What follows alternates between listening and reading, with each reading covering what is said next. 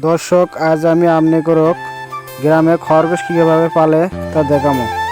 তো আমাদের লেবু চাচার বিটি লেবু চাচার সাথে জিদ ধরে আর কি 3টা খরগোশ কিনে নিয়েছে। লেবু চাচা খরগোশগুলোকে শিয়াল বেজির হাত থেকে বাঁচানোর জন্য বাঁশ নেট দিয়ে 4 করে ঘর বানিয়ে ওর মধ্যে খরগোশগুলো পালিচ্ছে। লেবু চাচা প্রতিদিন খরগোশগুলো কিনার জন্য বাজার থেকে টাটকা শাক কিনে নিয়ে এসে খেলে।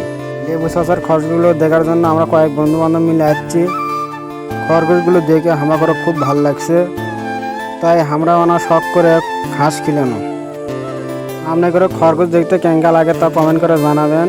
আর আমার ভিডিওগুলো যদি আপনাদের ভালো লাগে তাহলে আমার চ্যানেলটি সাবস্ক্রাইব করবেন এবং বেশি বেশি লাইক শেয়ার কমেন্ট করবেন।